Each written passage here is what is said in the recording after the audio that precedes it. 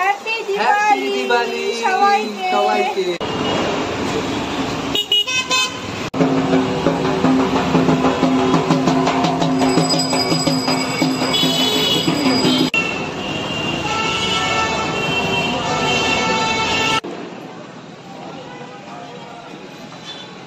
লাগলো না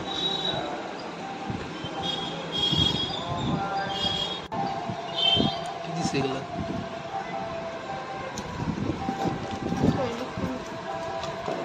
কিসমিস বাবা ফুটা করতে হবে এই যে দেখা যাচ্ছে খুলবো না।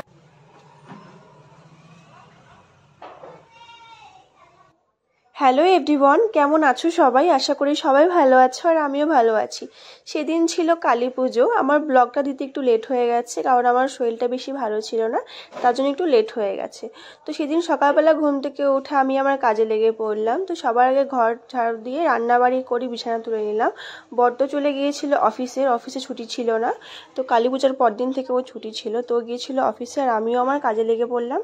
আর মেয়েদের জীবন বিয়ের আগে এক, বিয়ের পরে আর এক। যখন বিয়ের আগে আমি বাড়িতে ছিলাম তখন বেলা করে লেট করে ঘুম থেকে উঠতাম, মা আমাকে ডেকে ডেকে ঘুম থেকে উঠাতো। আর এখন বিয়ে হয়েছে, এখন একটা দায়িত্ব হয়েছে, যেহেতু এখন আমার নিজের একটা সংসার আছে, তো তার জন্য ঘুম থেকে সকালবেলা উঠে আমাকে রান্নাবাড়ি সেরে সমস্ত কাজ করতে হয়। আর বিয়ের আগে তো সেরকমভাবে কোনো কাজ করতাম না বাড়িতে, মা আমায় করতে দিত না, হালকা পাতলা একটু কাজ করতাম, কিন্তু এখন তো আমাকে করতেই হবে। সময় কখনো কারো এক থাকে না, বয়স হয়ে গেলে সবারই সময় দিন সবই পাল্টে যায়। আর কালী পুজোর সময়ও আমার ঠান্ডা লেগে গেছিলো, দুর্গা পুজোর সময় আমার ঠান্ডা লেগেছিল, সেই ঠান্ডা আমার কালী পুজো পর্যন্ত ছিল। তো এখানে দেখতেই পাচ্ছি একটু মধু খেয়ে নিচ্ছে আমি। আর এখন আমার কি হয়েছে, বিয়ের পর থেকে না 12 মাসে 13 পার্বণ, মানে আমার সব সময় ঠান্ডা লেগেই থাকে এনি টাইম। তো আমি এখানে খেয়ে নিলাম হালকা গরম জল আর মধু। আর এখন যে আমি ভয়েস দিচ্ছি তো তোমরা বুঝতেই পারছো এখনো আমার ঠান্ডা লেগে আছে, নাক বন্ধ, বুঝতেই পারছো।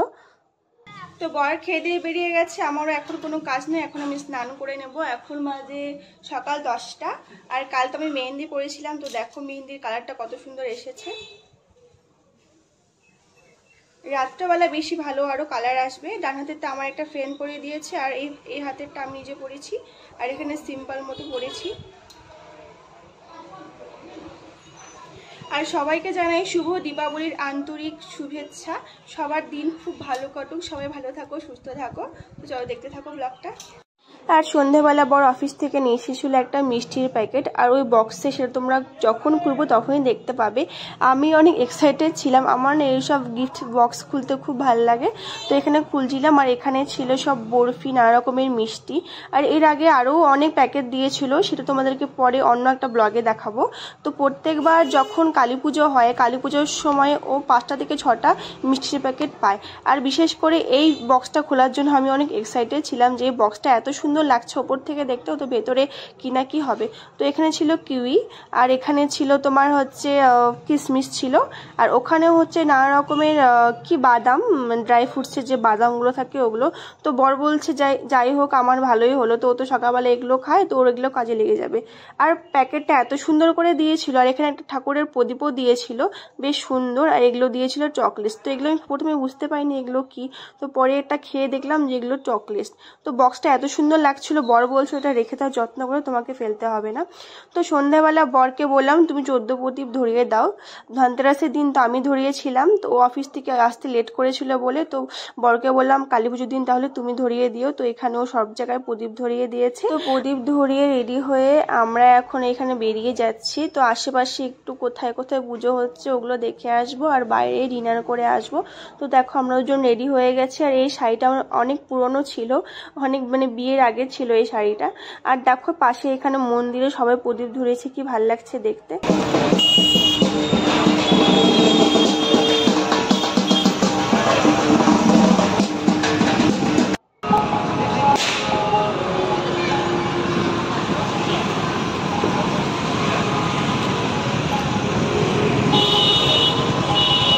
ঠাকুর দেখতে দেখতে আমরা চলে গিয়েছিলাম বাজার কলকাতাতে, যেখানে বাচ্চাদের সব সুন্দর সুন্দর ড্রেস পাওয়া যায়। আমরা তো মামা বাড়ি যাবো ভেবেছিলাম, তো মামার যে ছেলে হয়েছে তোমাদের তো আগের ব্লগে বলেছিলাম, তো মামার ছেলেকে দেখতে যাওয়া হয়নি। তো বরকে বলছিলাম এখান থেকে একটা ড্রেস নিয়ে নিই মামার ছেলের জন্য, তো ড্রেস নিয়ে ওখান থেকে আমরা বেরিয়ে যাব। আর ওখানে না ড্রেস কোনো পছন্দই হচ্ছিল না, যেহেতু আমার মামার ছেলের বয়স হচ্ছে 5 মাস, তো 5 মাসের বাচ্চাদের জামা সেরকম ছিল না ওখানে, আর মেয়ে বাচ্চার জামা ওখানে বেশ ভালো ছিল। তো এই বাচ্চাদের ড্রেসগুলো দেখে মনে হচ্ছিল এখন যদি আমি ছোট হয়ে যেতাম ওই ড্রেসগুলো আমি পরতে পারতাম, মানে মেয়েদের ড্রেসগুলো এত সুন্দর লাগছিল দেখতে। তো ওখান থেকে আমরা কেনাকাটা করে বেরিয়ে গেলাম, আর অনেকটাই রাত হয়ে গিয়েছিল।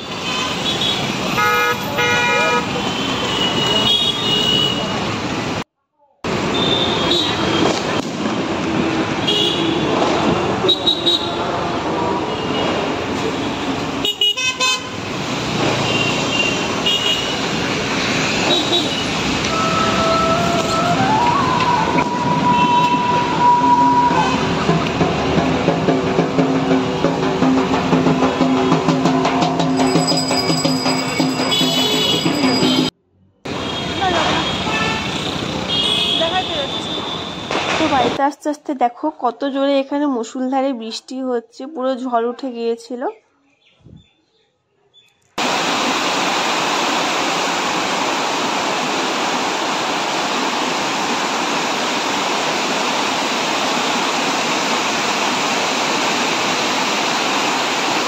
আর যাওয়ার সময় তো আমরা তারাবাতি ধরানোর টাইম পাইনি, তো বরকে বলছিলাম চলো এখন এসেছি যখন, তো দুজনে মিলে তারাবাতি ধরিয়ে নিই, একটু ভিডিও করিয়ে নিই।